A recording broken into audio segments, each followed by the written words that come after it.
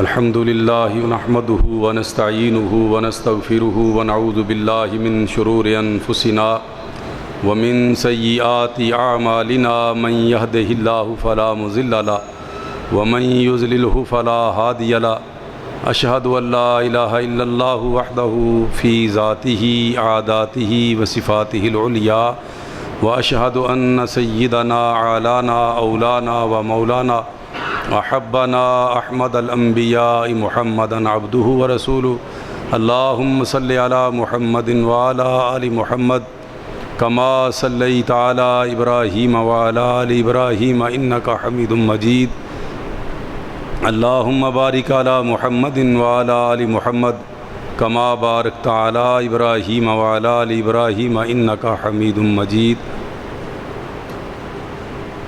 اما بعد فإن خیر الحدیث کتاب اللہ وخیر الہدی ہدی محمد صلی اللہ علیہ وعلى آلہ واصحابہ واہل بیتہ وذریاتہ وازواجہ وبارک وسلم الف الف مرہ بعدد کل ذرہ او اکثر ما فوق البیان وسلم تسلیما کثیرا کثیرا وشر الامور محدثاتها وكل محدثة بدعة وكل بدعة ضلالة وكل ضلالة في النار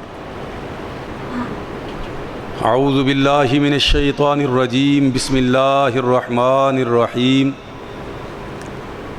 یا ایہا الذین آمنوا کتب علیکم الصیام کما کتب علی الذین من قبلکم لعلکم تتقون سبحان ربک رب العزت عما یصفون وسلام علی المرسلین والحمد للہ رب العالمین آمین یا رب العالمین۔ اللہ احکم الحاکمین، اللہ سبحانہ و تعالی کی حمد و ثنا کے بعد درود اور سلام نبی رحمہ، نبی کونین، نبی کائنات، نبی مکرم، عدل مفخم، حسن مجسم، رسول محترم جناب محمد الرسول اللہ صلی اللہ علیہ وعلی آلہ واصحابہ واہل بیتہ وذریاتہ وازواجہ وبارک وسلم کی ذات گرامی پہ اور رہتی دنیا تک آنے والے آپ صلی اللہ علیہ وسلم کے متبعین متبعات سب پہ اللہ احکم الحاکمین کی رحمت کی برکھا نازل ہو۔ اللہ احکم الحاکمین کی توفیق سے امید ہے کہ اللہ احکم الحاکمین ہمیں رمضان المبارک کی ایک مرتبہ دوبارہ زیارت کرنے کی توفیق عطا فرمائے گا اور اس کی نعمتوں برکتوں سے مالا مال ہونے کی بھی توفیق عنایت فرمائے گا اور پچھلی زندگی کے کیے ہوئے گناہ اور جرائم ان سے تائب ہونے اور ان کے متعلق رب العالمین کے حضور عرضی گزار بننے کی کہ اللہ معاف کر دے، یہ بھی توفیق فرمائے گا۔ یہ رمضان المبارک ایک بہت بڑی سعادت ہے، بلکہ یہ کہوں کہ ایک گراں قدر سرمایہ ہے تو یہ بے جا نہ ہوگا، اور اللہ احکم الحاکمین کی طرف سے یہ کتنا بڑا عطیہ ہے۔ میرے اور آپ کے آقا جناب محمد الرسول اللہ صلی اللہ علیہ وسلم کے صحابی حضرت طلحہ بن عبید اللہ رضی اللہ تعالی عنہ وہ اس روایت کے راوی ہیں۔ وہ فرماتے ہیں کہ ان رجلین من بلی قدما علی رسول اللہ صلی اللہ علیہ وسلم،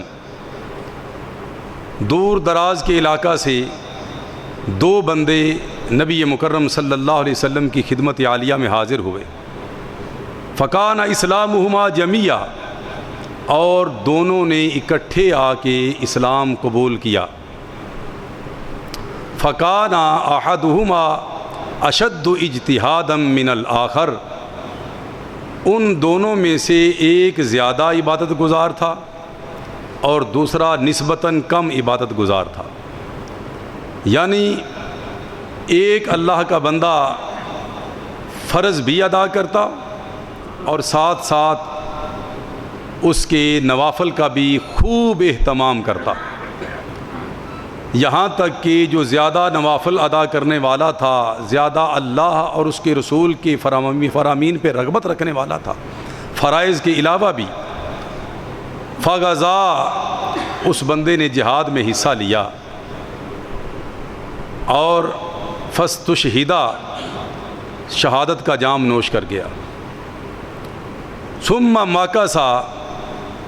مکث الآخر بعدہ سنۃ، اور جو دوسرا نسبتاً کم درجے کی عبادت کرتا تھا، فرائض تو وہ بھی ادا کرتا تھا، وہ اس کے بعد 1 سال تک زندہ رہا، اور ثم توفی، پھر 1 سال کے بعد وہ بھی اللہ کو پیارا ہو گیا۔ قال طلحہ، حضرت طلحہ کہتے ہیں فرأیت فی المنام، میں نے خواب کے اندر دیکھا کہ بینا انا عند باب الجنہ، میں جنت کے دروازے کے سامنے کھڑا ہوا ہوں، اور اذا انا بہما، میرے ساتھ وہ دونوں جو دور دراز سے دونوں آئے تھے، مسلمان ہوئے تھے، ایک بندہ زیادہ عبادت گزار تھا اور وہ شہید بھی اللہ کے راستے میں ہو گیا، دوسرا 1 سال کے بعد طبی فوت ہوا، دونوں میرے سامنے کھڑے ہوئے تھے۔ فخرج خارج من الجنہ، اچانک جنت کا دروازہ کھلا اور ایک دربان جنت فرشتہ اللہ کا باہر نکلا، فآذن للذی توفی الآخر منہما، تو اس بندے کو اجازت دی جو بعد میں طبی فوت ہوا تھا، کم عبادت گزار تھا، نسبتاً زیادہ عبادت گزار اور شہید کے، تو بعد میں فوت ہونے والے بندے کا ہاتھ پکڑا اور جنت میں لے گیا۔ کچھ دیر گزر گئی، ثم خرج، پھر وہ واپس آیا، فآذن للذی استشہد، تو پھر اس بندے کا ہاتھ پکڑا اور اس کو اجازت دی اور جنت میں لے گیا جو شہید ہوا تھا۔ حضرت طلحہ بن عبید اللہ رضی اللہ تعالیٰ عنہ صبح کرتے ہیں، وَأَصْبَحَ طلحہ بن عبید اللہ رضی اللہ عنہ یحدث بہ الناس، تو اپنا خواب اپنے احباب کو، دوستوں کو، مسلمانوں کو بتانا شروع کر دیتے ہیں۔ فَعَجِبُوا لِذَالِكَ، لوگ بڑے متعجب ہوئے، حیران ہوئے، یہ کیسے ممکن ہے؟ ایک بندہ زیادہ عبادت گزار بھی ہو، تہجد گزار بھی ہو، نوافل کا اہتمام بھی کرتا ہو، صدقہ خیرات بھی کرتا ہو، اور اللہ کے راستے میں شہادت کا جام بھی نوش کر گیا ہو، یہ کیسے ممکن ہے کہ جنت کا داخلہ طبی فوت ہونے والے کو پہلے مل گیا اور شہید پیچھے رہ گیا؟ ابھی لوگ اسی بحث میں ہے، فبلغ ذلک رسول اللہ صلی اللہ علیہ وسلم، تو رسول اکرم صلی اللہ علیہ وسلم تک یہ خبر پہنچ گئی۔ فرمایا من ای ذلک تعجبون، کس بات کے متعلق تم تعجب کا شکار ہو، تمہیں کیا چیز پریشان کر رہی ہے؟ قالوا یا رسول اللہ صلی اللہ علیہ وسلم، لوگوں نے کہا اللہ کے رسول صلی اللہ علیہ وسلم، تعجب تو اس بات پہ ہے، کان ھذا، یہ جو پہلے والا تھا، اشد الرجلین اجتہادا فاستشہدا، دونوں میں سے پہلا بندہ عبادت گزار بھی زیادہ تھا اور شہید بھی اللہ کے راستے میں ہوا، اور وکان ھذا الآخر دخل الجنۃ قبلہ، لیکن بعد میں فوت ہونے والا یہ پہلے جنت میں کیسے جا سکتا ہے؟ تو میرے اور آپ کے آقا جناب محمد الرسول اللہ صلی اللہ علیہ وسلم نے ارشاد فرمایا، الیس قد مکث ھذا بعدہ سنۃ، کیا شہادت کے رتبے پہ فائز ہونے والے بندے کے بعد یہ آدمی 1 سال تک زندہ رہا کہ نہیں رہا؟ انہوں نے کہا قالوا بلا یا رسول اللہ، اللہ کے رسول بالکل ایسا ہی ہے۔ فرمایا اچھا، فادرک رمضان، پھر اس کی زندگی میں رمضان المبارک بھی آیا تھا، فصامہ، اس اللہ کے بندے نے اس رمضان کی قدر کی اور روزے رکھے، اس کے پورے مکمل، اس کے مکمل روزے رکھے، وصلی قضا وقضا سجدۃ فی السنہ، اور اس کو موقع مل گیا اللہ کو منانے کا، عبادت کرنے کا، سجدہ ریز ہونے کا۔ پھر ہوا یہ فَلَمَا بَيْنَهُمَا أَبْعَدُ بَيْنَهُمَا أَبْعَدُ مِمَّا بَيْنَ السَّمَاءِ وَالْأَرْضِ۔ پھر رب العالمین نے اس اللہ کے اس بندے کے اس عمل کے بدلے میں کہ رمضان اس کی زندگی میں آیا اور اس نے اس کی قدردانی کی، تو رب العالمین نے 1 سال پہلے اس کے ساتھی شہید ہونے والے سے اس کا رتبہ اتنا بڑھا دیا جیسے زمین اور آسمان کا فاصلہ ہے۔ یہ ہے رمضان المبارک کے پانے کی، یہ اتنی بڑی دولت ہے، اتنا بڑا سرمایہ ہے کہ جس کی زندگی میں یہ زیادہ بار آ گیا اس کو اللہ کم الحاکمین نے رحمتوں سے نواز دیا۔ گویا کہ رمضان المبارک میری اور آپ کی زندگی میں ایک مرتبہ پھر آ جانا شہادت کے رتبے سے بھی اعلیٰ بن جاتا ہے اگر ہم اس کی قدردانی کریں تو۔ میرے اور آپ کے آقا جناب محمد الرسول اللہ صلی اللہ علیہ وسلم کی یہ حدیث مبارکہ سنن ابن ماجہ کے اندر امام ابن ماجہ القزوینی رحمۃ اللہ علیہ نے درج کی ہے اپنے سنن میں، اور حضرت ابن حبان رحمۃ اللہ تعالی علیہ نے اپنی صحیح میں اس کو نقل کیا ہے اور اس کی سند صحیح ہے۔ میرے اور آپ کے آقا جناب محمد الرسول اللہ صلی اللہ علیہ وسلم اس رمضان المبارک کا استقبال کس طرح کرتے؟ جب شعبان کا چاند طلوع ہوتا تو رمضان المبارک کے روزے رکھنے کی ٹریننگ کے لیے یہ آپ صلی اللہ علیہ وسلم شعبان کے روزے رکھنا شروع کر دیتے۔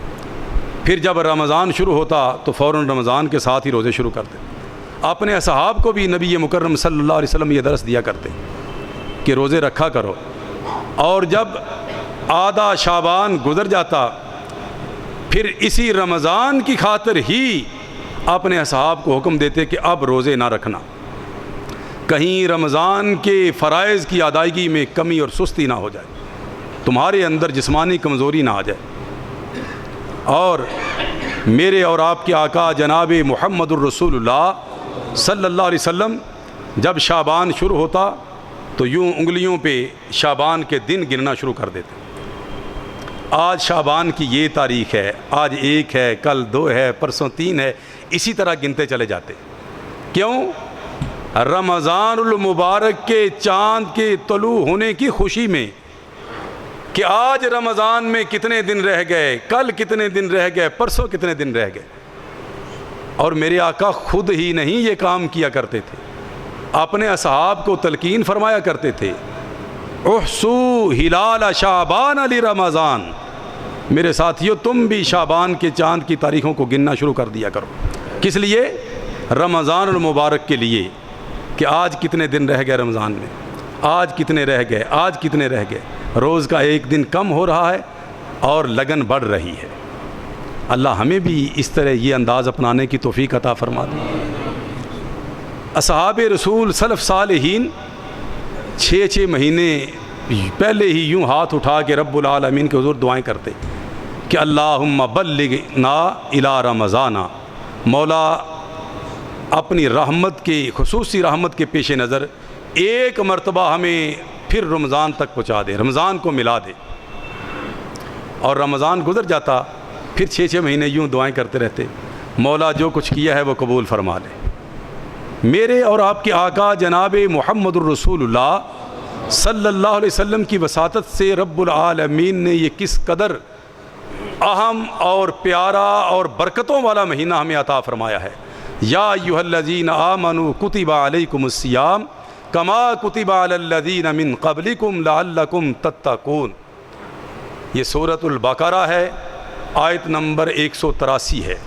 رب العالمین فرماتے ہیں اے ایماندارو، تمہارے کھاتے میں روزے لکھ دیے گئے ہیں جس طرح پہلے ایمانداروں کے کھاتے میں یہ روزے لکھ دیے گئے تھے، لعلکم تتقون، تاکہ تم اللہ اور اس کے رسول کی نافرمانی سے بچ سکو۔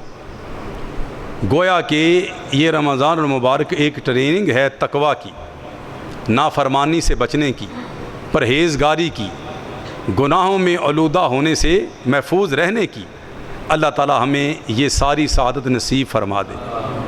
ایاما معدودات فمن کان منکم مریضا او علی سفر فعدۃ من ایام اخر۔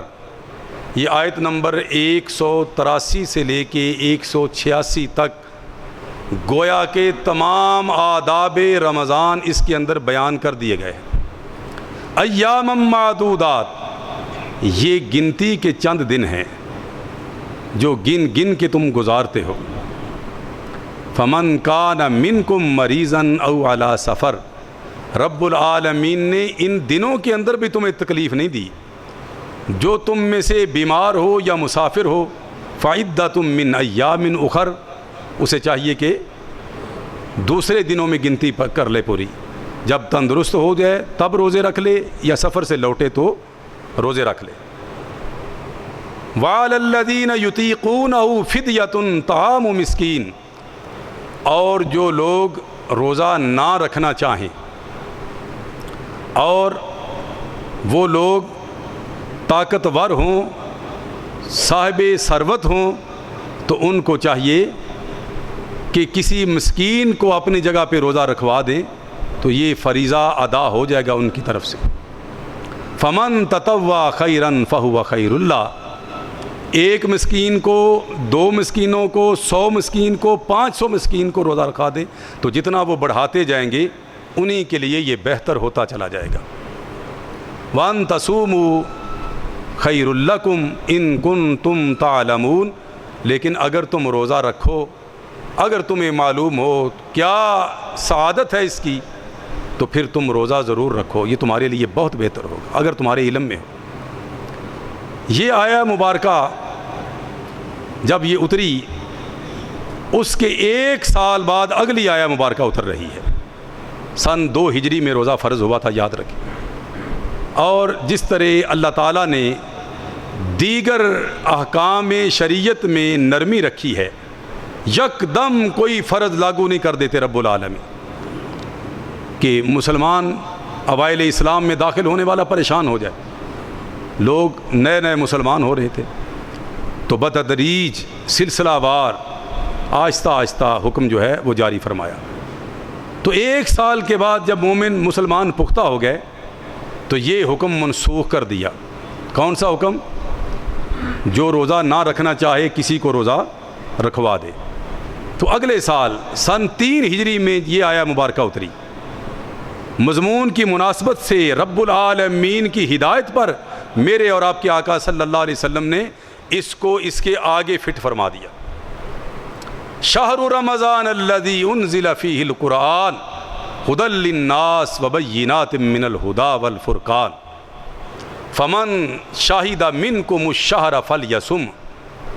اب یہ آیہ مبارکہ آئی، شہر رمضان الذی انزل فیہ القرآن، یہ رمضان کا مہینہ جس میں اللہ نے قرآن کو نازل کیا ہے، جو لوگوں کی ہدایت اور رہنمائی کے لیے ہے، اور اس کے اندر بہت سارے معاملات ایسے ہیں جب قرآن کو بندہ سمجھ جاتا ہے پھر پتہ چل جاتا ہے حق کیا ہے اور باطل کیا ہے۔ یہ کسوٹی ہے۔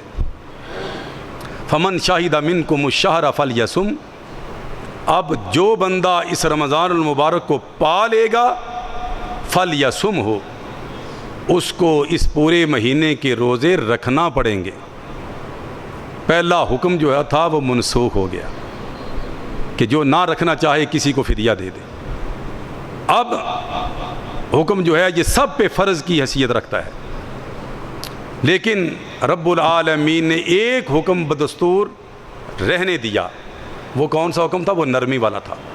وَمَنْ كَانَ مَرِيضًا أَوْ عَلَىٰ سَفَرٍ فَعِدَّةٌ مِّنْ أَيَّامٍ أُخَرَ۔ روزے جو چاہے رکھے، جو چاہے نہ رکھے، وہ تو حکم ہو گیا منسوخ۔ اب سب کو ہی رکھنے پڑیں گے، البتہ جو دوسرا جملہ تھا اس حکم کا، دوسرا حصہ تھا، وہ نرمی ابھی تک برقرار ہے۔ جو سفر میں ہوگا، جو بیمار ہوگا، اس کے لیے رب العالمین نے رعایت اسی طرح رکھی ہوئی ہے۔ سفر سے لوٹے تب رکھ لے، بیماری سے شفا یاب ہو تب رکھ لے۔ یرید اللہ بکم اليسر ولا یرید بکم العسر، کیونکہ رب العالمین تمہارے اوپر سختی نہیں چاہتے، تمہارے اوپر رحم کرنا چاہتے ہیں، تمہارے اوپر نرمی چاہتے ہیں، تخفیف چاہتے ہیں۔ کوئی بات نہیں، مسافر ہو تو سفر سے لوٹ کے رکھ لینا، بیمار ہو تو تندرستی کی حالت میں رکھ لینا، لیکن رکھنا ضرور ہے۔ فعدۃ من ایام اخر یرید اللہ بکم الیسر ولا یرید بکم العسر ولتکملوا العدہ۔ یہ نہیں رب چاہتا کہ رمضان میں ہر حال میں رکھو۔ یہ دو بندے مسافر اور مریض جب لوٹیں وَلِتُكْمِلُوا الْعِدَّةَ، ان کو چاہیے یہ گنتی پوری کر لیں۔ وَلِتُكَبِّرُوا اللَّهَ عَلَى مَا هَدَاكُمْ، رب العالمین کی کبریائی کے ترانے الاپو، جس طرح اس نے حکم دیا ہے، محض زبان ہی سے نہیں بلکہ جو وہ حکم دیتا ہے اس کی بجا آوری کر کے یہ ثابت کر دو کہ وہ بڑا ہے، میں غلام ہوں، وہ آقا ہے، میں نوکر ہوں، وہ معبود ہے، میں بندہ ہوں۔ جیسے وہ حکم دے گا سر تسلیم خم کرتا چلا جاؤں گا۔ اور لِتُكَبِّرُوا اللَّهَ عَلَى مَا هَدَاكُمْ، جس طرح وہ ہدایت دیتا ہے اس پہ عمل کرو، اس بڑے کی بڑائی ثابت ہو جائے گی۔ وَلَعَلَّكُمْ تَشْكُرُونَ، اور یہ شکر کرو رب العالمین نے تمہارے اوپر نرمی کی ہوئی ہے۔ وَإِذَا سَأَلَكَ عِبَادِي عَنِّي فَإِنِّي قَرِيبٌ اجیب دعوت الداع اذا دعان فلیستجیبوا لی ولیؤمنوا بی لعلہم یرشدون۔ اور میرے بندے میرے متعلق سوال کرتے ہیں آپ سے، میرے متعلق میرے بندوں کو یہ خبر دے دیجئے، فإنی قریب، میں بہت قریب ہوں، اجیب دعوت الداع اذا دعان، میں تو جب بھی مجھ سے کوئی دعا کرتا ہے میں اس کی دعا کو سن لیتا ہوں۔ فَلْيُؤْمِنُوا بِي لَعَلَّهُمْ يَرْشُدُونَ، پھر چاہیے کہ میرے بندے میرے اوپر ایمان رکھیں، میری بات مانیں تاکہ وہ راہ راست پا جائیں۔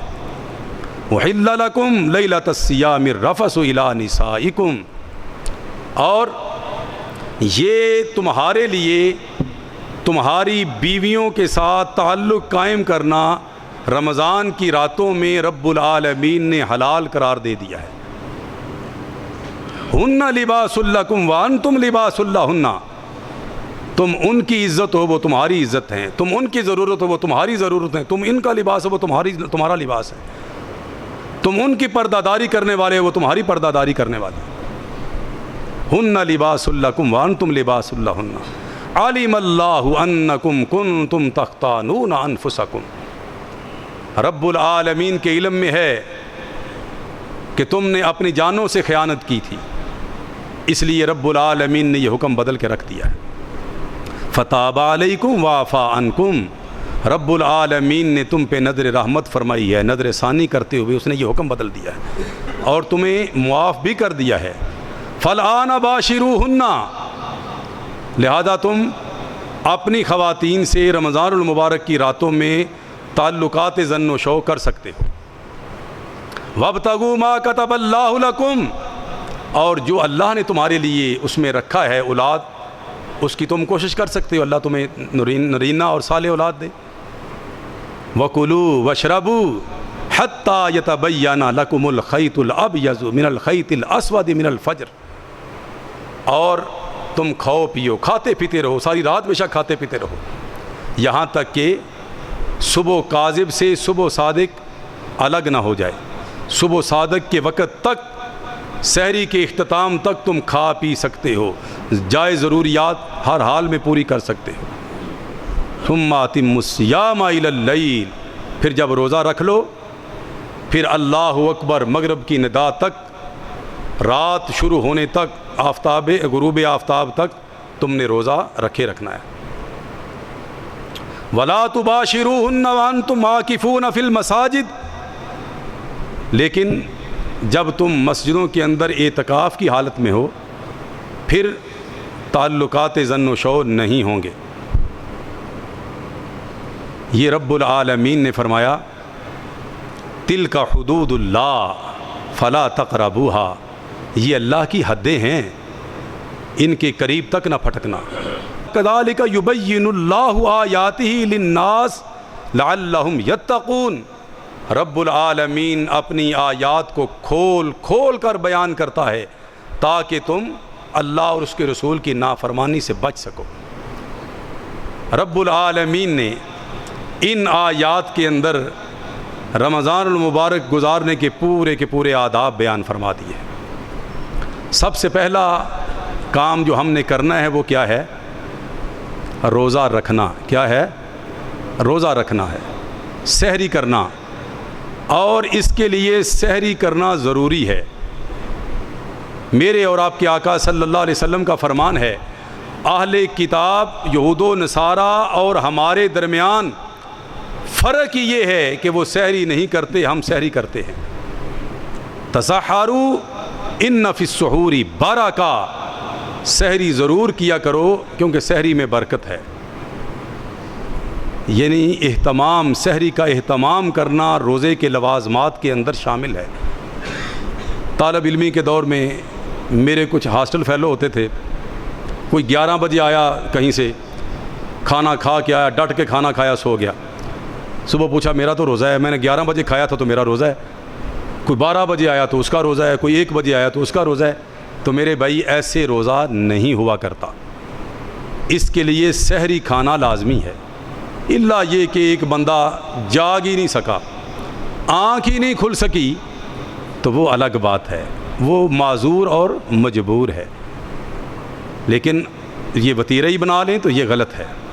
تسحروا فإن فی السحور برکہ، اس برکت سے محروم رہ جاؤ گے۔ اور روزہ اس کی بنیاد ہی تم نے غلط رکھی ہے، پھر ثواب، اجر و ثواب کے مستحق کیسے ٹھہرو گے؟ میرے آقا کا فرمان ہے۔ اور تیری سحری کتنی برکت والی ہے، السحور کلہ برکہ، سحری بہت برکت والی ہے، ساری کی ساری برکت والی ہے۔ بسم اللہ پڑھی، اور سحری کرنے سے پہلے رات کو نیت کرنا بھی ضروری ہے۔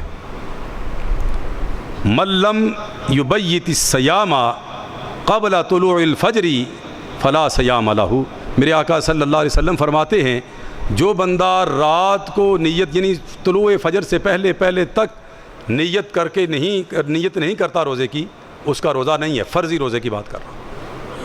یعنی یہ بھی مطلب یہ ہوا کہ ایک امنگ پیدا ہوتی ہے، ایک تڑپ ہے، ایک ولولہ ہے، ایک اہتمام ہے، میں نے یہ کام کرنا ہے۔ پھر لاؤبالی پن کیسا، غفلت کیسی کہ بعد میں نے روزہ رکھا ہوا ہے، یہ تو نہیں۔ رات کو نیت کرنی ہے، صبح سے پہلے بھی کر لو تو تب بھی ٹھیک ہے، افطاری سے یعنی سحری سے پہلے۔ اب بسم اللہ پڑھی، اور اس کی خاص کوئی نیت، پڑھنے والی نیت کوئی نہیں، جس طرح آج کل ہمارے کیلنڈر پہ لکھا ہوتا ہے وَبِصَوْمِ غَدٍ نَوَيْتُ مِنْ شَهْرِ رمضان، کوئی اصل اس کی کسی حدیث سے کوئی نہیں ملتی، یاد رکھیں، کسی بھی صحیح حدیث سے اس کا کوئی ثبوت نہیں ہے۔ یہ کیلنڈر بیچنے والوں نے بنا دیا اور ہم نے پڑھ لیا۔ بھائی نیت تو دل کا معاملہ ہے، تو دل کے ساتھ اللہ کو، اللہ کی رضا کے لیے سمجھے کہ میں نے روزہ رکھنا ہے۔ اور کسی عبادت کی کوئی پڑھنے والی نیت نہیں ہے، نہ نماز کی کوئی پڑھنے والی نیت ہے، نہ روزے کی پڑھنے والی نیت ہے۔ یہ تو اقرار ہو گیا نا، نیت تو جب تک دل میں ہے تب تک نیت ہے۔ بسم اللہ، دعا اس کی کیا ہے؟ بسم اللہ وعلی برکت اللہ، ہم نے روزہ شروع کر لیا رکھنا، اللہ کا نام لے کے، اس سے برکت کی درخواست کر کے شروع کر لیا۔ اب جو روزہ ہے، جو السحور کلہ برکہ، یہ سارے کے ساری سحری کرنا، سارا جو وقت ہے یہ برکت ہے۔ لا تدعوہ، اس کو کبھی نہ چھوڑنا، یہاں تک کہ نہیں بھی دل کر رہا، رات کا کھانا کھایا ہوئے تو کوئی بات نہیں، وَلَوْ أَن يَجْرَى أَحَدُكُمْ جُرْعَةً مِّن مَّاءٍ، اس برکت کو حاصل کرنے کے لیے چاہے ایک گھونٹ پانی کا ہی پی لو۔ اس کی وجہ کیا ہے؟ فَإِنَّ اللَّهَ عَزَّ وَجَلَّ وَمَلَائِكَتَهُ يُصَلُّونَ عَلَى الْمُتَسَحِّرِينَ، تم نہیں جانتے تیری سحری کو رب العالمین کتنی برکت والی بنا رہا ہے۔ تم نے ادھر نوالا توڑا، بسم اللہ پڑھی، ادھر اللہ احکم الحاکمین کی رحمتوں کا نزول تمہارے اوپر ہونے لگ گیا۔ اور وَمَلَائِكَتَهُ، اور سب کے سب اس کے فرشتے، المطلق اذا یطلق یراد به فرد الکامل، اس لیے کہ سارے کے سارے فرشتے اللہ کے یوں ہاتھ اٹھا کے رب العالمین کے حضور تمہارے لیے دعا کر رہے ہوتے، اللہ اس پہ رحمت کر، اللہ اس کو برکتوں سے نواز دے۔ اور پھر روزہ رکھ لیا، پھر معمولات کیا ہیں، اس کے تقاضوں کو پورا کرنا ہے ہم نے۔ من لم یدا قول الزور والعمل به لیس للہ حاجۃ فی ان یدع طعامہ و شرابہ، محض بھوک ہڑتال نہ ہو، روزے کے تقاضوں کو بھی پورا کیا جائے، کیونکہ روزے کا مطلب، سیام کا مطلب کیا ہے؟ برائی سے رک جانا، جو جائز ضروریات ہیں، جو اللہ نے پابندیاں لگی ہیں، ان سے بھی رک جانا۔ اگر تقاضے پورے کریں گے تو کامیابی ہے۔ اور پھر اسی رمضان المبارک کے اندر ہم نے دعائیں بھی کرنی ہیں۔ وَإِذَا سَأَلَكَ عِبَادِي أَنِّي فَإِنِّي قَرِيبٌ، ابھی جو آیا مبارکہ میں پڑھ رہا تھا، اوپر بھی رمضان کا تذکرہ ہے، اس کے بعد والی آیت میں رمضان کا تذکرہ ہے، درمیان میں آیت ہے دعا کی۔ اسی نسبت سے میرے اور آپ کے آقا صلی اللہ علیہ وسلم فرما رہے ہیں کہ 4 لوگوں کی دعا کا ذکر کیا جن کی دعا اللہ رد نہیں کرتے۔ ایک والد اپنی اولاد کے متعلق جب دعا کرتا ہے، اللہ رد نہیں کرتے۔ والدین کو چاہیے کہ اولاد کی حق میں دعائیں کریں، اللہ رد نہیں کرتے کبھی بھی۔ اور دوسرا، مسافر جب سفر میں ہو تب وہ دعا کرے تو اس کی اللہ رد نہیں کرتے۔ اور تیسرا، مظلوم جب وہ بد دعا کرتا ہے کسی کے لیے یا دعا کرتا ہے تو اللہ وہ بھی رد نہیں کرتے۔ اللہ مظلوم کی بد دعا سے محفوظ فرمائے اور دعا لینے کی توفیق عطا فرمائے۔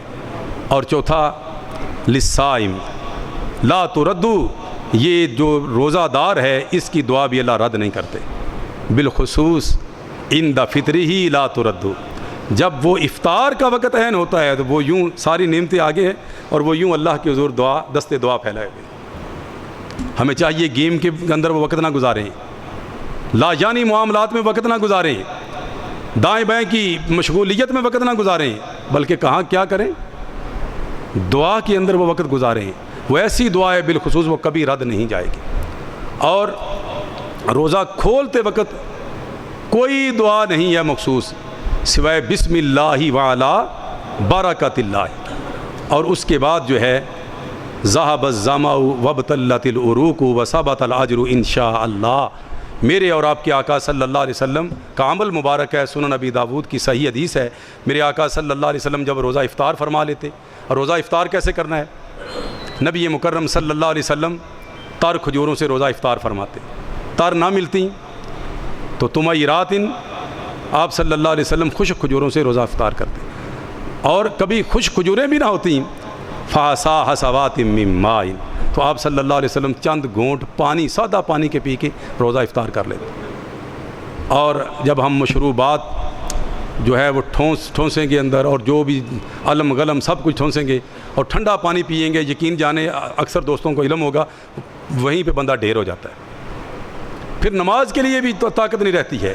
تو میرے بھائی جتنا سادہ اپنے آپ کو رکھیں گے اتنی اللہ تعالیٰ، اصل میں ہم نے لینی ہے اللہ تعالیٰ کی فیوز و برکات، اللہ کی رحمتوں کو سمیٹنا ہے۔ جو سامنے سب کچھ پڑا ہوا ہے ان کو نہیں سمیٹنا، وہ ضرورت کے مطابق سادہ انداز سے کرنا ہے۔ اور یہ افطاری بھی جلدی کرنی ہے اور سحری لیٹ کرنی ہے۔ میرے اور آپ کے آقا صلی اللہ علیہ وسلم فرماتے ہیں، اللہ فرماتے ہیں جب تک امت مسلمہ سحری لیٹ کرتی رہے گی اور افطاری جلدی کرتی رہے گی، یعنی آخری لمحات میں سحری کرو، یہاں تک کہ میرے آقا فرماتے ہیں کسی بندے کے ہاتھ میں برتن ہے اور اس میں آپ کھا رہے ہیں اور اذان آ رہی ہے تو آپ پریشان نہ ہو، آپ سحر ہو کے کھائیں، جب تک آپ کی حاجت پوری نہیں ہوتی آپ نہ چھوڑیں، یہ میرے آقا کا فرمان ہے، اس لیے اس کی کوئی پریشانی نہیں۔ دوسرا، جب سورج غروب ہو گیا فی الفور آپ جو ہے وہ روزہ افطار کریں گے۔ احتیاط اسی میں ہے کہ جلدی کریں، احتیاط اس میں نہیں ہے کہ لیٹ کریں۔ میرے آقا فرماتے ہیں رب کی طرف سے یہ خوشخبری ہے، اس وقت تک امت محمدیہ خیر پہ رہے گی جب تک یہ دونوں کام کرتی رہے گی۔ اللہ مجھے اور آپ کو عمل کرنے کی توفیق عطا فرمائے۔ الحمدللہ نحمدہ ونستعینہ ونستغفرہ ونعوذ باللہ من شرور انفسنا ومن سیئات اعمالنا من یہدہ اللہ فلا مضل لہ ومن یضللہ فلا ہادی لہ، اشہد ان لا الہ الا اللہ وحدہ لا شریک لہ واشہد ان محمدا عبدہ ورسولہ۔ حضرات گرامی، ایک دو باتیں رہ گئی ہیں کہ رمضان المبارک میں دیگر کرنے کے کام کیا ہے۔ جس طرح قرآن کریم نے فرمایا شہر رمضان الذی انزل فیہ القرآن، کہ رمضان کا مہینہ وہ ہے جس کو اللہ نے قرآن کے نزول کے لیے منتخب فرمایا، اور اسی نسبت سے میرے اور آپ کے آقا جناب محمد الرسول اللہ صلی اللہ علیہ وسلم رمضان المبارک کے اندر جبریل امین علیہ السلام کو اپنا قرآن سناتے تھے۔ نبی مکرم صلی اللہ علیہ وسلم اس قرآن کا اس قدر اہتمام کرتے کہ نبی مکرم صلی اللہ علیہ وسلم جبریل امین کو قرآن کریم ہر رات سنایا کرتے۔ اور دوسرا کام صدقہ خیرات کرنے کا، وہ ہم نے کرنا ہے، اللہ تعالی ہمیں توفیق عطا فرما دے۔ ایک حدیث رسول آپ کو سناتا ہوں، ہمارے ولولے میں اللہ تعالیٰ ایمان میں جو ہے جذبے میں اضافہ فرمائے گا۔ حضرت عبداللہ ابن عباس رضی اللہ تعالیٰ عنہ فرماتے ہیں، کانا رسول اللہ صلی اللہ علیہ وسلم اجود الناس بالخیر، رسول اکرم صلی اللہ علیہ وسلم ساری کائنات سے زیادہ سخی تھے۔ کب؟ عام حالات میں، بے شک جون سا مہینہ ہوتا، جون سا دن ہوتا، جون سی رات ہوتی، جب ضرورت پڑتی تو آپ صلی اللہ علیہ وسلم سخاوت سے ہاتھ نہیں کھینچتے، پوری کائنات سے زیادہ سخی تھے۔ وَكَانَ أَجْوَدَ مَا يَكُونُ فِي رَمَضَانَ، اور جب رمضان المبارک ہو جاتا تو پھر یہ سخاوت اور کئی گنا بڑھ جاتی۔ حین یلقاہ جبریل علیہ السلام، وکان جبریل علیہ السلام یلقاہ فی کل لیلۃ حتی ینصلح، جبریل امین علیہ السلام جب آپ سے ملتے، اور جبریل امین علیہ السلام آپ کو ہر روز یعنی ہر رات کو ملتے، چاند رات سے لے کے، رمضان کی چاند رات سے لے کے عید الفطر کی چاند رات تک ہر رات آپ سے ملاقات کرتے۔ یارض علیہ النبی صلی اللہ علیہ وسلم القرآن، اور ہر رات رسول اکرم صلی اللہ علیہ وسلم جبریل امین کو حصہ بقدر جسا قرآن کریم سنایا کرتے تھے۔ وکان اجود بالخیر حین یلقاہ جبریل علیہ السلام من الریح المرسلۃ، رواہ البخاری والمسلم باتفاق علیہ، نبی مکرم صلی اللہ علیہ وسلم کو جب جبریل امین ملتے تو آپ کی یہ سخاوت دو چند ہو جاتی۔ ایک تو آپ جبریل امین کو قرآن سناتے، اور دوسرا جب جبریل امین کی آپ سے ملاقات ہوتی تو آپ صلی اللہ علیہ وسلم کی سخاوت اور اللہ کے راستے میں خیرات کرنے کی تیز و تند ہوائیں بھی مقابلہ نہ کر سکتی۔ یہ دونوں چیزیں بھی ہمیں کرنی ہیں، اللہ تعالی ہم سب کو کرنے کی توفیق عطا فرمائے۔ اللہم صلی علی محمد وعلی آل محمد کما صلیت علی ابراہیم وعلی آل ابراہیم انک حمید مجید، اللہم بارک علی محمد وعلی آل محمد کما بارکت علی ابراہیم وعلی آل ابراہیم انک حمید مجید، اما بعد فإن خیر الحدیث کتاب اللہ وخیر الہدی ہدی محمد صلی اللہ علیہ وسلم وشر الامور محدثاتها وکل محدثۃ بدعہ وکل بدعۃ ضلالہ وکل ضلالۃ فی النار۔ صلی اللہ علیہ وسلم جبریل امین کو اپنا قرآن سناتے تھے۔ اب شہر رمضان الذی انزل فیہ القرآن ھدی للناس وبینات من الھدی والفرقان، قرآن کریم کو رٹے سے نہیں پڑھنا، آگے اللہ نے اس کے آداب بھی سکھائے ہیں۔ ھدی للناس وبینات من الھدی والفرقان، قرآن پڑھنا ہے تو یہ تعلیم کے لیے پڑھنا ہے، سمجھنے کے لیے پڑھنا ہے، سیکھنے کے لیے پڑھنا ہے، تاکہ اس پہ عمل پیرا ہو سکے۔ ھدی للناس وبینات من الھدی والفرقان،